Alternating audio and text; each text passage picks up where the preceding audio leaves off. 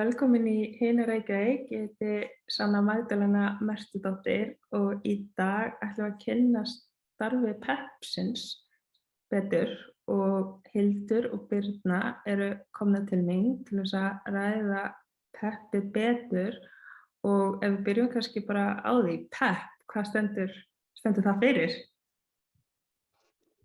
Það sem sagt PEP náttúrulega og á ensku People Experiencing Poverty sem sagt eins og það í rauninni PEP en það var ákveðið að bæta aukalega P til að verða svolítið íslenskt og PEP líka og þetta svona meiri hvatning PEP til að peppa mann.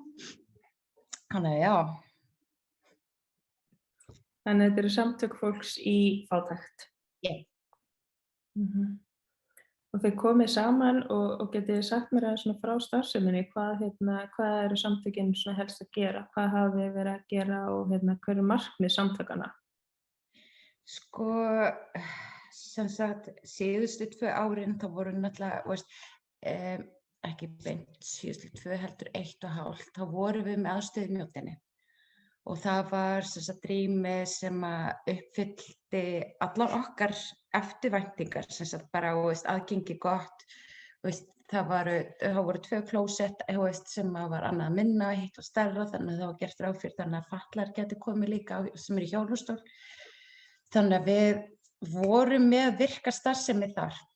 Við vorum sem sagt með kaffihús sem fór í loftið 2020, sumarið 2020 og þetta átti að vera bara sumarverkefni en það gekk svo ótrúlega vel þannig að við ákveðum að breytum haustina, héldum áfram að vera með þetta kaffihús en þá 3 í viku og gerðum eins líka í sumar, vorum alla virka daga og þetta var kaffihús sem bara fólk gat komið til að rjúfa félagslega einangrun, fólk sem að til dæmis bara vildi hitta aðra til að spjalla, það gat komið og fengið sig frítt kaffi og eitthvað með því.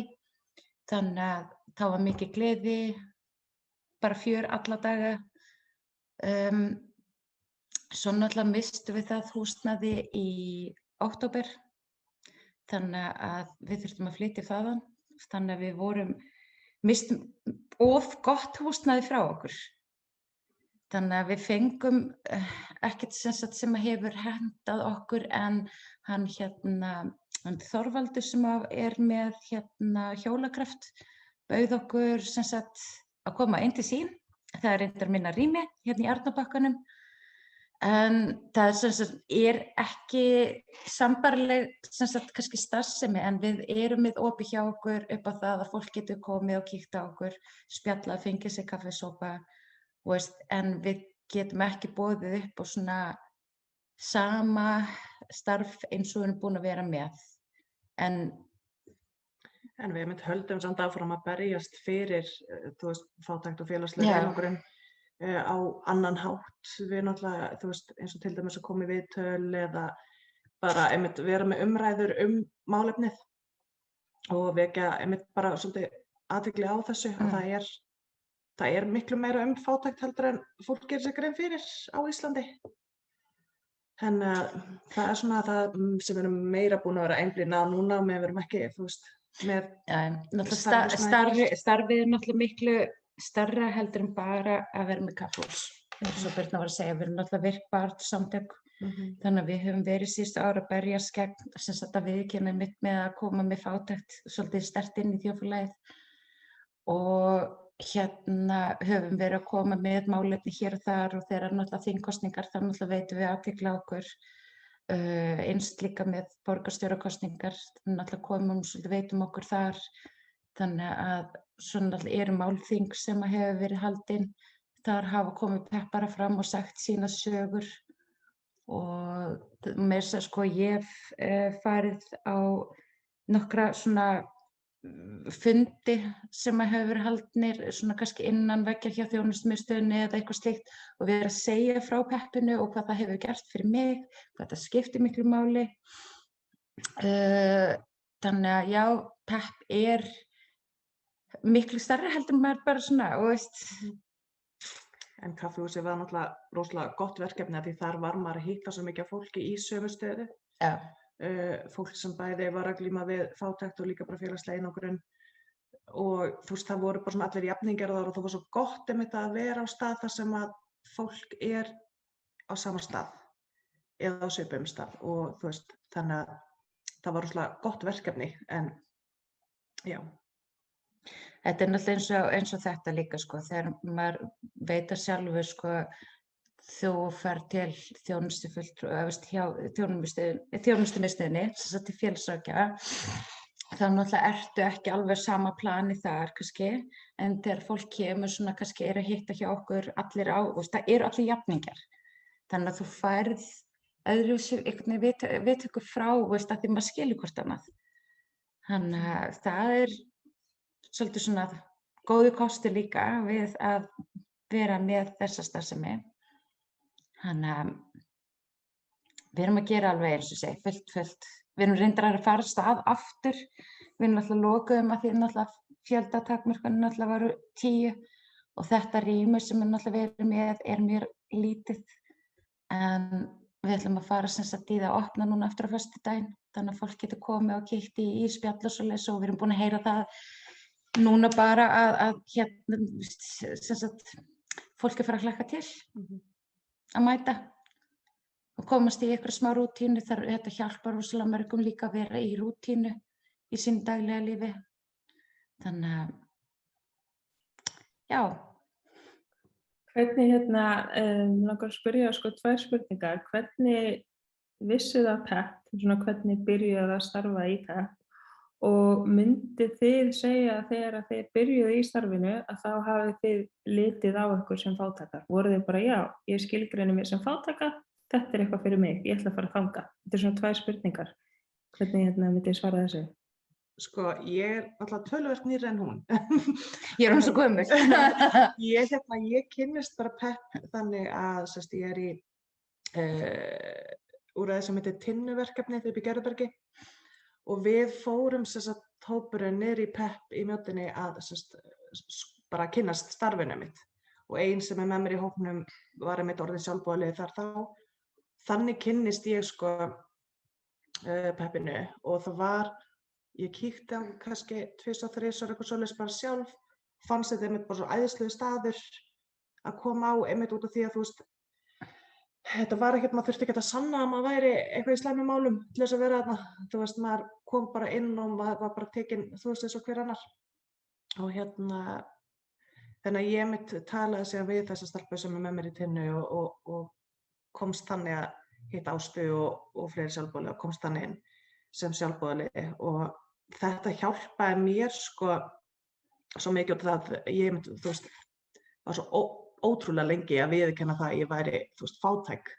Ég er bara blöng, eða þú veist, ég þarf bara einhvern veginn að gera betur eða eitthvað svoleiðis, en þú veist, að fara síðan í starfi, ég er búin að læra svo ótrúlega margt.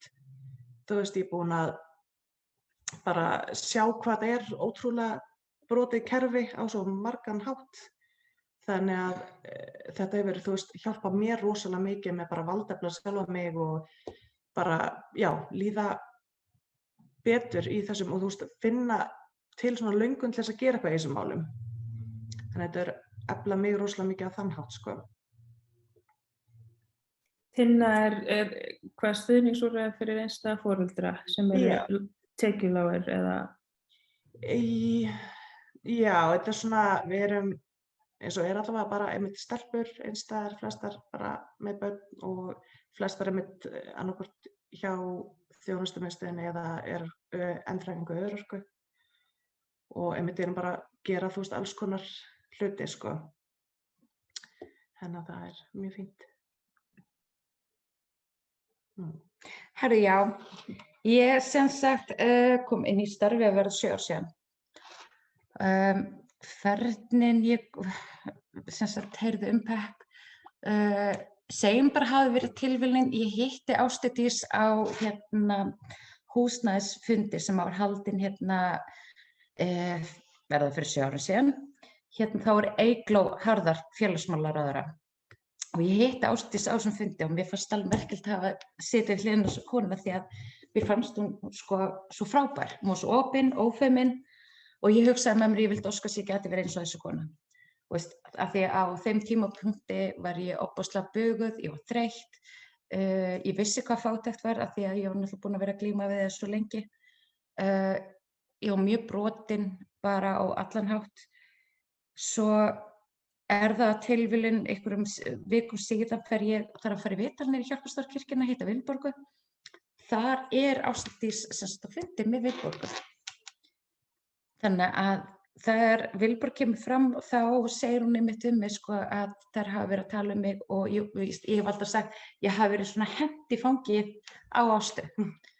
Þannig að þar kynnist ég svona lauslega samtökunum sem sett í gegnum Ástudís. Hún alltaf fyrir að segja mig frá hvað PEP og allt þetta, þannig að þetta vakti mig mikla athygli og mér fannst það mjög svona áhugavert en það tók mér rosalega langa tíma að koma svona inn í samtökin hvað þau voru að gera því að sko þau voru náttúrulega stofnuð, ef ég maður rétt, 2012, ef ég fer með rétt mál, þannig að veist, þau voru kannski ekki svona eins rosalega stór eins og þau eru í dag.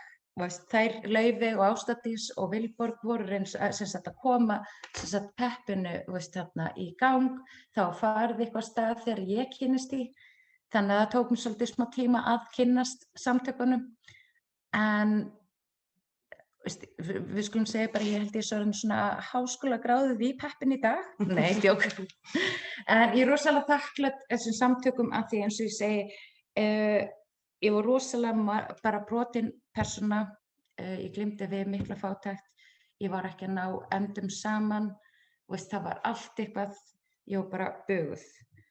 Þannig að það búið að taka mig nokkur ár að byggja mig upp, að valdefla mig, það hefur Peppi hjálpað mér og sem sagt fólkið þora að stíga fram, skila skömminni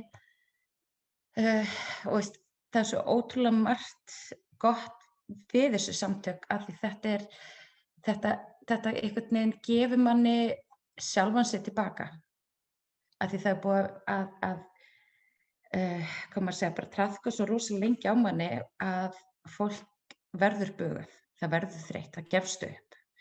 En þarna leið til að hjálpa mér líka til að skila sér skömm og valdefla sig, fá bara lífið sig tilbaka. Þannig að þetta það sem Peppi hefur gert fyrir mig. Þannig að ég ótrúlega þakklát þessum samtökum og ekkert hætt. Ég er bara rétt að byrja. Og hver var hin spurningin? Voru ekki tvær? Ég held að svara henni einmitt, svona hvernig leiðir þær, og einmitt, svona hvort að þið hafið litið á ykkur sem fátækar, af því að það er svo oft einhvern veginn að maður hugsa bara eitthvað nei, það er svo mikil svona einstaklingshyggja í samfélaginu sem kennir mann einhvern veginn að ef maður er pening út mánuðinn að þá sé það einhvern veginn okkur að kenna og við þurfum bara að gera betur og þannig ég er að velta fyrir mér hversu margt fólk í samfélaginu ætli að hugsa bara einhvern veginn nei, ég er ekki fátæk, ég þarf bara einhvern veginn að spara betur eða setja upp betra bókhaldskerfi eða setja betur í Excel-skjalinu, eitthvað svoleiðis, hafið þið tekið eftir því? Ég hef alveg tekið eftir því og það sko alveg sama hvað maður reynir, ég meina nú er ég búin að fara margar leiðir að setja upp bókhaldskerfi hjá mér, alveg sama hvað maður reynar að fiffa til og reynar að peka út hvar þú getur slappið við hitt og þetta. Það er ekkert að breytast af því að bæturnar eru það lágar, þær duga ekki fyrir þessu. Þannig að alveg eins og með þá sem er að vinna og fá lág laun, það er ekkert sem að, þannig að þetta er ekki að vera blankur, alls ekki. Þetta er bara að vera fátækur að þú átt ekki fyrir útgjöldum, þú átt ekki fyrir matarkostnaði, þú átt ekki fyrir lyfjakostnaði. Það er ekki að vera blankur, það er bara. En blankur var mikið notað bara upp á það því það mátti ekki segja fátækur áður fyrr. Orðið bara fátækt átti bara ekki vera til. Ég held að sé líka rosalega mikil, það er svo mikil, það eru fordómar fyrir fátækt á Íslandi og það eru rosalega margir einmitt sem að vilja meina það að það sé bara ekki þannig sé fátækt á Íslandi. af því að það svo mikil misskilningur að þetta bara að þú eigir að búa í einhverjum pappakassa í einhverjum húsasundi, sko, þá ertu fátækur. Ég hef lent í einmitt bara rökræðum við, sko, á ættamóti við frænda minn sem vildi meina að það væri ekki fátækt á Íslandi. Þannig að, sko, ég átti rosalega erfitt með að það var ekki fyrir ég byrja í peppinu sem ég fór að nota það, ég er fátæk. Þú veist, ég nota einmitt alltaf blönk eða bara ég kann ekki fara með peninga, lítur eitthvað mér, en að þú veist, fara síðan yfir, sko, hvað maður að fá og það sem þarf að borga, þetta bara stærðfræðidæmi sem gengur ekki upp. Þú veist, það bara alveg sama hvað þú reynir að, þú veist, það bara, ég meina sérstaklega svo þegar ég var á almennum leigumarkaði. Þú veist, ég var einstæð með barn og ég var á örorku og bara leigan mín var 210.000. Þú veist, það var allt annað eftir. Það bara, þetta ekki hægt. Og þú veist, þegar að leigumarkaðurinn svona, það svo rosalega margir sem með bara á almenna leigumarkaðinum að borga, sko, þú veist, nú fylgist því rosalega mikið með leiguverði að sjá bara hvað það kostar. Þú veist, það ekki hægt að vera með, þú veist, eina innkomin á heimilið og leiga. Það bara, þú veist, þetta gengur ekki. Og það alveg sama hvernig þú fer með peninginn, hvort þú leifir ekki neitt. Hann ekki að fara að endast út mánuð. Þyrftir að vera með mjög góða innkomu og sérstaklega tveir, veist, mjög góða innkomu ef þú ætlar að vera almennum leigumarkaði. En þetta eins og að gera svolítið pínu núna. Ég meina, jú, ég hef alveg fengið á mig, en þú ert í öruggu húsnæði, þú ert hjá félagsbústöðum. Jú, ég er með öruggt húsnæði, en ég er náttúrulega með aðra reikninga þar í kring. Og þegar að bætur duga ekki fyrir því, veist, það ekki nóg. Það ekki nóg bara að hafa þetta örugga húsnæði, það allt annað sem alveg náttúrulega þarft líka. Þannig að það sem að við erum svolítið, þú veist, að benda á líka, þú veist, að sko, þegar þú getur bara nota peninginn fyrir þetta nauðsynlegasta, þú getur bara í rauninni vera á lífi en ekki lifað, þú veist, þú mátt ekki lifa neitt, þú getur ekki lifað sómasamlegu lífi, þá eitthvað sem að, þú veist, brotið, þá ertu mögulega að glíma við fátækt. Þú veist, og þurfa alltaf að spá í hverju einustu krónu, lifa bara, þú veist, paycheck to paycheck og þú veist, má ekki neitt fara úrskeiðis. Það rosalega slæmt. Þetta svolítið eins og að gerast núna, og eins og hjá félagsbústöðum sem ég búin að heyra rosalega mikið í kringum mig og hjá stórum hópi. Nú leigan hjá félagsbústöðum að hækka því hún tengd vísitölu og við erum að tala hún hækka hver mánaðamót og ég bara búin að sjá fram á það sín haust hefur mín leiga hækka verulega. Þannig að þetta búið að koma mér svolítið í óhag af því að maður þarf að hliðra til þá sem sagt einhver öðru. Og ég man þegar kom fyrsti skellurinn þarna í haust, ég vissi ekkert af þessu, ég fekk enga tilkynningu það að leiga mig var að fara að hækka. Heldur bara að fékk ég reikningin og mér brá rosalega mikið, þannig ég hugsaði, ok, hvaða part get ég klipið? Þannig ég þurfti náttúrulega bara að klippa af matarkostnaðinum ennþá frekar til að borga alla reikninga. Og þetta það sem að þessi hópur alltaf að gera. Það alltaf að klípa af ykkur. Alveg sama hvað það fólk að sleppa að kaupa lyfin sín, leysa út lyfin sín. Af því að það þarf að borga, láta eitthvað annað gangu. Það í fátækt, þá kannski þau hugsa bara hvað, þetta bara 2.000 kall eða eitthvað svoleiðis. En hjá okkur sem að þurfum að plana okkur einustu krónu, þá 2.000 kall mikið. Eða, það bara 1.000 kall. Það 1.000 kall sem gæti farið í mat eða 1.000 kall sem gæti farið í lyf. Að þurfa alltaf að hugsa ef að vinkonhópur að fara á kaffihús, þá þurfa alltaf að athuga bara, býtu, hvar get ég þá skrapa af í staðinn? Ok, ef ég fer á þetta kaffihús, þá má ekkert fara úrskeiðis næsta hálfa mánuðinn. Þetta ógeðslega vond tilfinning að geta ekki bara sagt, já, ég til ég að fara á kaffihús. Eða ef eitthvað hækkar aðeins að það, bitna ekki á manni, en það hefur bara svo rosaleg áhrif allt svona. Þetta já, ég veit ekki, ég get alveg sagt það, ég meina ég búin að læra viðskiptahagfræði, ég með líka mitt bókarann og allt þetta, þannig að ég búin að glíma við þetta í mörg ár með fátækt. Ég búin að gera alls konar heimilisbókhald. Alveg sama hvað það ég meina ég er búin að prófa margar aðferðir og mér finnst, ég elska að vitna í þetta af því að mér fannst þetta svo gullna tækifæri að vitna í þetta. Ég man þegar Bjarni Ben sagði að fólk þyrfti að læra fjármálalæsi og nú þykir mér ég vera ansi góð í fjármálalæsi og búin að prófa alla leiðir, þannig að ég spyr bara hvaða tækni hefur hann til að gefa til hóps sem eru með lágar tekjur, eru á örorku eða endurhæfingu eða fá hjá félagsbætur eða alveg saman hvað það er. Þannig að ég held að þessi hópur var alveg til að vita hvað gæti það gert. Það er ekkert hægt því að bæturnar, laun eða eitthvað slíkt of lágt miðað við útgjöld. Og núna til dæmis að koma ennþá meira skellur fyrir þennan hóp, það matarkostnaðir að hækka. Þannig að það eins og ég segi COVID-hækkun í gangi. Af því að það náttúrulega vöruskortur í heiminum sem maður skilur ósköp vel, en þetta bitnar alltaf á sama hópnum. Aftur og aftur og aftur. Þannig að, já. En já, við erum fátækar. Já. Var það ekki spurningin? Já. Komin langt út fyrir. Við getum alveg röflað alveg út í eitt. Þannig að, já.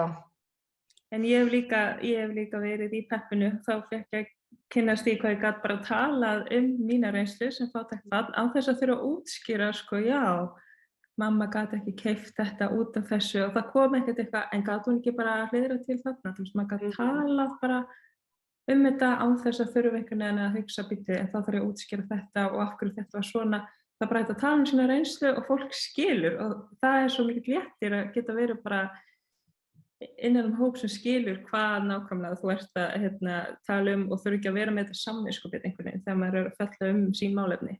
Það þurfi ekki að fara að svara öllu þessum endalausum spurningum, já, en af hverju gerir ekki þetta, af hverju ekki svona, af hverju ekki þetta. Heldur bara koma ég veit ekki, með þeim skilningi, bara svona, að hlusta á einstaklingin. Þetta svo mikla líka léttir að geta rætt þetta. Þú ert að koma svo úr systeminu hjá þér til að fara hans lengra í lífinu. Ég mitt fann þetta þegar ég byrjaði í peppinu, því nú var ég svo vön að fá þetta viðmót, bara, þú verður bara að sleppa því að gera þetta eða þú verður bara, að hætta þessu. Og ég var lengi sjálf einhvern veginn bara, ég hafði kannski ekki átt að kaupa mér þessa buxur þennan mánuðinn, og var eitthvað svona afsaka og það var oft bara sagt við mig hér bara, heyrðu, þið vantaði buxur. Þú þarft ekki að afsaka það að þú keyptir þér buxur. Ég var sjálf með svo mikla kröfur á sjálfa mig og var svona, náttúrulega bara ennþá með mikla skömm og var einhvern veginn að vildi meina að þetta væri bara allt saman mér að kenna. Ég kynni bara ekki að fara með peninga eða eitthvað svoleiðis. En eftir að hafa verið að læra svona mikið þetta og fræðast svona mikið bara hvernig kerfið virkar hérna, að það bara, þá sé ég það að, eins og segi, þetta bara inngjöld versus útgjöld, þetta bara reikningsdæmi sem gengur ekki upp, Þannig já. Það er ekki fátæku fólki að kenna, það er eitthvað að það sé fátækt, það er eitthvað að samfélaginu sem að leyfir þess að viðgangast að það sé til fátækt fólk í svona ríku landi. Þetta nógu peningum. Nákvæmlega. En mann líður alltaf að maður sé að taka peninga af einhverjum öðrum en ekki landinu sjálfu, ég minna þegar landið okkar á nógu peningum og það hægt að gera hlutina betur af því við búum á þannig landi, við erum ekki stór þjóð, þannig að þetta, ég veit ekki, ég væri búin að bjarga heiminum. Hildur og Bessastæði. Annars vorum við búin að, við vorum að djóka með þetta daginn, veitu hvernig var þetta, Ásta þið fjármálaráðherra, ég þið forseti og þú forsætisráðherra. Já. Er það ekki bara málið? Fátækt fólk þarf að komast í stjórn, það veit hvað þarf að laga.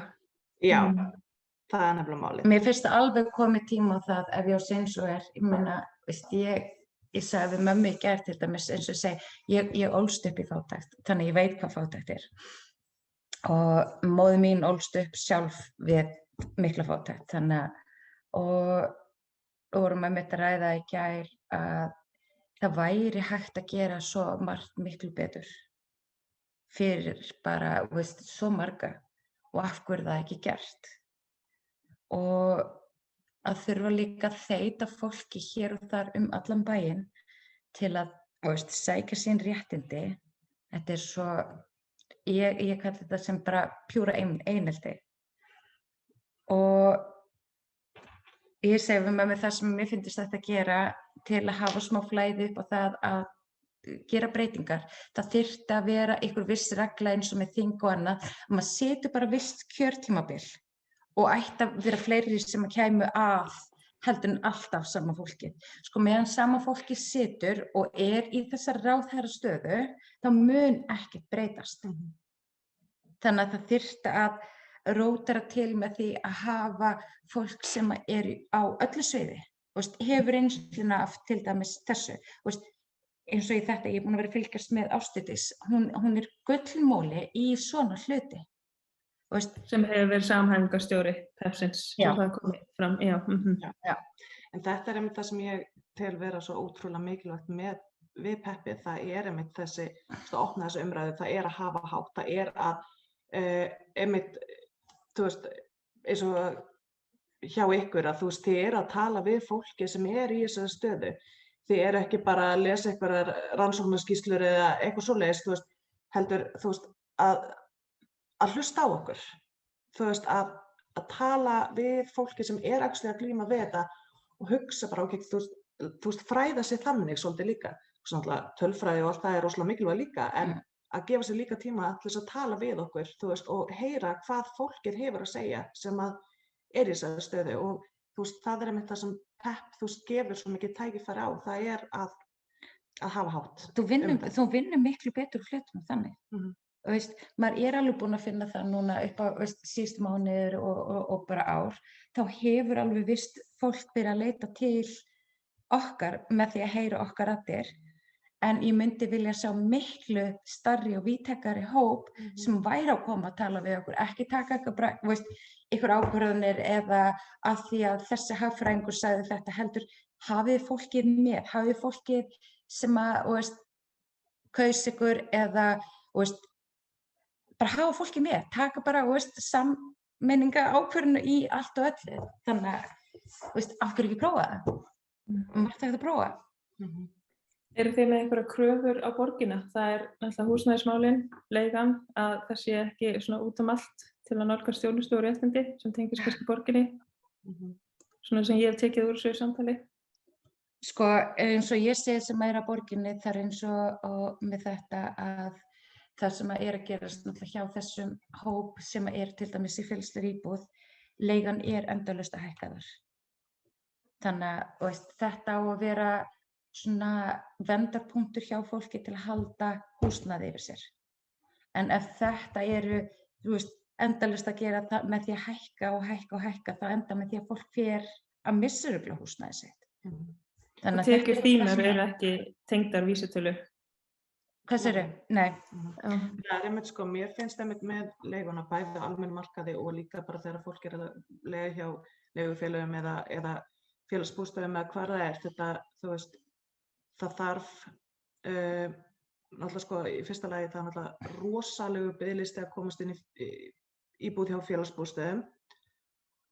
Nú veitum marga sem hafa bara endað á götunni og ekki, þú veist, fengið. En einmitt leigan bæði hjá leigufélögum og bara almennu leigumarkaði, þetta er bara, þetta er viðbjóður, bara, þú veist, það er bara svoleiðis. Ef ég má nefna eitt dæmi, ég veit ekki með þessa einstæða móður sem með það 3 börn, hún býr í 50 fermetra íbúð. Já, hún er með 2 börn. 2 börn, í 50 fermetra íbúð. Hún ætlaði það er 1 svefnherbyggi, hún ætlaði að athuga hjá félagsbústöðum, eða þú veist, hjá félag hvort það væri hægt að sækja fyrir hana. það var í rauninni ekki hægt og það var sagt við hana að þú ert í húsnæði af því hún sérst að leiga hjá leigufélagi að þá telst það nokkuð öruggt og hún hefur ekki efni á stærri íbúð, hún hefur ekki efni á því að gefa dætrum sínum sikkvort herbergið, þú veist, en hún fær samt ekki aðstoð út af því hún er með eitthvað. Hún búin að labba bara endalaust að veggi með alveg sama hvað það er og að gefast upp. Hvað ætli sé mikið af svona dæmum? Það er fullt af þeim. Fullt af þeim. Annað sem að mér finnst líka með að þú varst að spyrja kröfur á borgina. Við höfum mikið rætt skólamáltíðir hjá börnum. Já. Okkur finnst, þú veist, alveg rosalega leiðilegt að það er kosti og þetta er sko að þú skuldar að þá er barninu bara, nei, þú mátt ekki borða. Þú veist, og þetta eru reikningar sem að ég veit 2 manneskjur, einstæðamæður sem hafa lent í vesenni með að borga skólamáltíðir fyrir börnin. Reikningarnir, þú veist, þetta heldur áfram bara að koma vextir á annað og það er bara mjög erfitt að borga af þessu þá.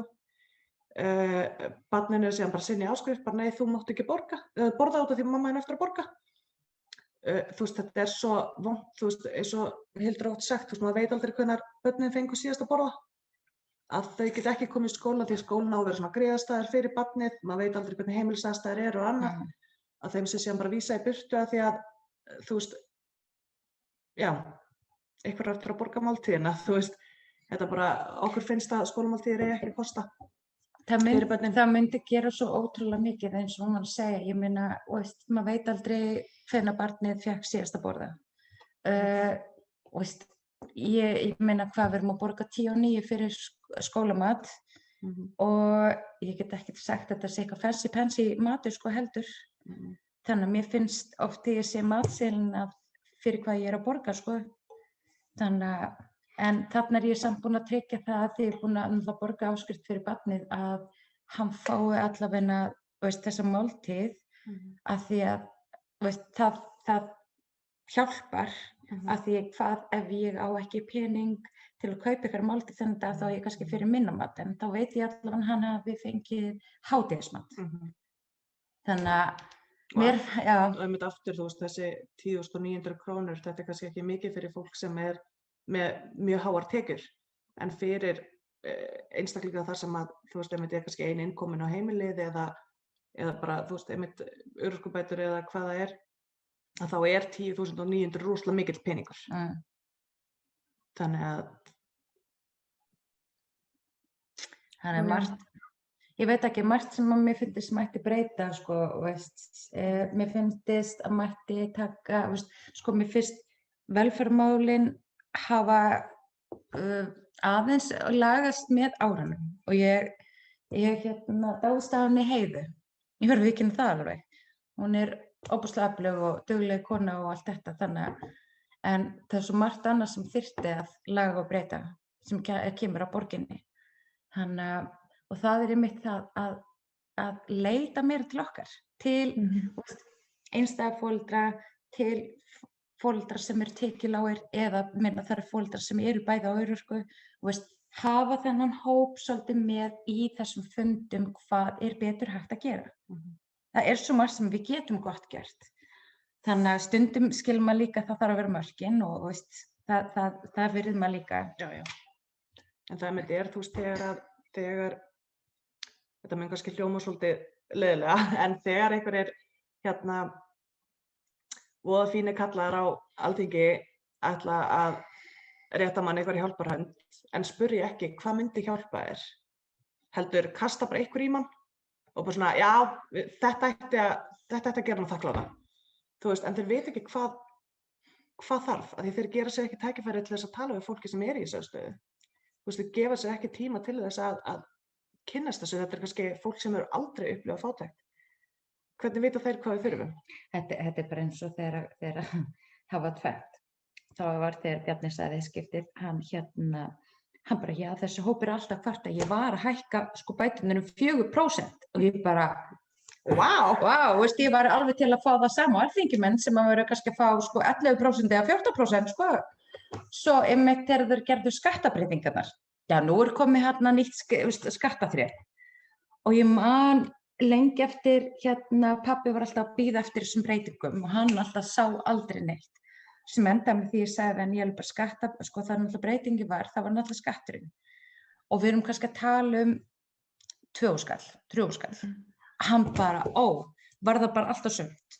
Þannig að fólk var alltaf að bíða eftir breytingunum en sá eftir breytingarnar. Í aftur á móti náttúrulega sá þeim var náttúrulega tölurnar. En þegar maður fór að benda fólki á þetta, það bara, einmitt, var þetta bara svona, smá kusk í augun til að aðeins að friða okkur. Einmitt. Þannig að það er þetta tvennt sem að, einmitt, 4% hækkun, fólk var bara hægt að væla. Maður alveg bara byttu alvöru. Við erum búin að hækka skattaþrepin, En við höldum áfram að hafa hátt. Ég sé að tíminn að hlaupa þetta frá okkur. Ég meina, ég að borga næst í 60.000 í skatt á mánuði. Og mér finnst það bara, mér finnst það bara rosalega mikið. 60 skall. Og þegar fólk alltaf að segja, já, við erum skattborgarnir að borga bæturnar hennar. Og ég held bara, nei. Ég bara borga þetta sjálf. Ekki bara það heldur, ég meina, Jón út í bæ er ekkert að borga mína bætur. Þannig að svona til þess að taka þetta saman þá mætti mikið betur fara og það einmitt það sem ég held að sé rosalega gott með PEP-samtökin að þau eru að hafa hátt þessa hluti, þau eru að tala þetta, þau eru að taka skömmina af fátækt og þannig að þú bara svona, Það er verið að reyna að ná þessi stigma af og eins til dæmis þegar við vorum í Mjóttinni þá vorum við oft með svona gefins borð eða, körfu sem var afgangarbrauði eða eitthvað umfram og það máttu allir taka. Það var alls konar hópar að koma til okkur, það var ekki bara þeir sem að hafa lítið á milli handana, heldur, alls konar hópar. Og þetta að manneskja sem að kannski hefur það ágætt en félagshliðin hjá henni er kannski ekki góð, svo kemur fátækramanneskja, þær geta farið hlið við hlið og sótt sér brauð. Það er að taka þessa pínu skömm líka af, ég meina, ná þessu stigma. Og það var einmitt það sem, eins og ég segi, það sem að heillaði mig svo rosalega mikið við PEP-samtökin, það var einmitt að þurfa ekki að sanna að ég væri fátæk. Það var ekki ákvæmt með skattaskýrslu svo við getum séð, og hvað er það eyða og hvað er þetta, ég þurfti ekki að sanna það að ég væri fátæk til þess að mega vera inni eða til þess að fá að vera með og það finnst mér rosalega mikilvægt. Hlusta á raddir fátæksfólks, við erum að gera miklu meira af því og ég held að við þurfum að hafa miklu fleiri svona þætti af því að tíminn bara líður svona en ég þakka Birnu og Hildi kærlega fyrir. Já, bara takk fyrir að bjóða okkur. Hvenær sem er. Þetta var Hin Reykjavík í dag og við kveðjum héðan.